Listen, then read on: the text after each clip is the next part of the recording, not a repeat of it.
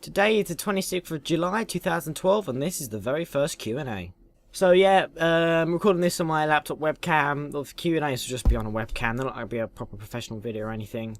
But there seems to be some weird things going on with the colour back there. Yeah, okay, yeah, if I just stand here, that should sort it out. So yeah, the first question I'm going to get into is, which I get asked quite a lot, so this will be the same across all my channels, is desktop PC specs. I'm just going to go through a brief, just briefly go over them. I'll post them properly on my blog at some point, and then I'll put a link in the description below. So the processor is an AMD Sempron. It's 140. I have got it unlocked in the dual core mode. It runs at 2.7 gigahertz. It's an alright processor. It's for £20. You can't really. It's you're gonna get what you pay for really. £20 processor.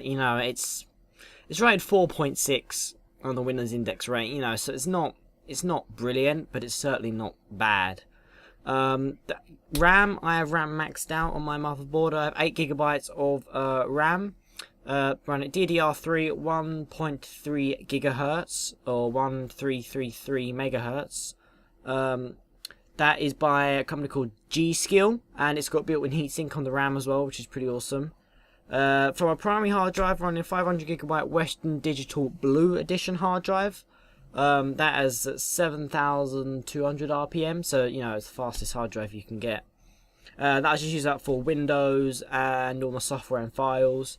Then have a secondary drive, which is 320 gigabyte Hitachi hard drive. That is just containing all my games on there. I have an Asus ASRock motherboard, which comes with loads of different overclocking utilities and unlocking utilities. This is how I've unlocked my processor into dual core mode. It goes up to 6-core support, and it's AMD AM3 support, and it also has a maximum 8 gigabytes of RAM. I have an NVIDIA GeForce GT430 graphics cards, 1 gigabyte of video memory. It's rated 6.7 in the Windows Index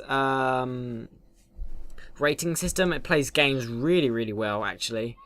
And of course I use Windows 7 Home Premium 64-bit edition. So moving on to the second question is, what is the best free antivirus or security protection? Well, the best kind of antivirus, really, I'd say the best free antivirus in my experience would be Avast, purely because it does have virus protection. And it doesn't have it does have not like a proper firewall.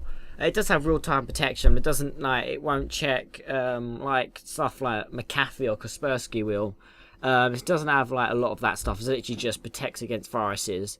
But if you do want, but that is obviously the best free antivirus. But I think for the best free security protection for Windows is Microsoft Security Essentials, because it does what it's supposed to do. Believe it or not, for Microsoft software, it does what it's supposed to do, and it's basically protects you against spyware and malware. This color thing here is really annoying. I don't know why it's doing that. Can I move here? Okay, right.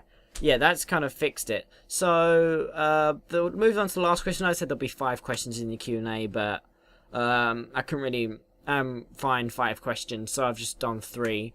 Hopefully next time there'll be 5 questions. Question 3 is my audio and video setup. So what I use is, for my 720p videos of my camera, I just use this Exenta 720p little handheld camera, which I have taped onto the tripod because it doesn't actually have a tripod attachment on it. Click the little annotation and the link in the description to see that unboxing I did of it, and also video test. And for the audio setup, I'm now using a new microphone. It's by ProSound. You may have seen the unboxing recently on the channel. By the way, that is also some extra footage coming up in the vlog, which should be out by the end of this week, hopefully. So I'm now using this, bear with me why the mic has just moved and stuff. See here, this Pro Sound, actually probably turn it this way so it records me properly. Pro Sound, oh, you can see through it. A Pro Sound microphone, this is what I'm using now. It's USB 2.0. So it does the job well. It just sits here on my desk. I have it connected to my laptop at the moment, as I said, but I've got another long cable that comes with it, which I just unplug and plug straight into my desktop for when I record on my desktop. So that's basically how I do it, and then I just use Sony Vegas HD Platinum Edition Movie Studio, whatever it's called. It's version 11, just go by that. To then edit my videos and use Audacity, noise removal plugin in there, the noise removal effect on Audacity to just make sure that I get minimum background noise. I mean, this mic hardly records any background noise anyway. But coming out normal speakers you can't hear it, but just for headphone users I always just make sure they get minimum background noise, because I know a lot of people out there use headphones. So yeah, thank you for watching this Q&A, the very first one this week. Stay tuned for the Q&A next week. I am Thomas Carter, and geek out.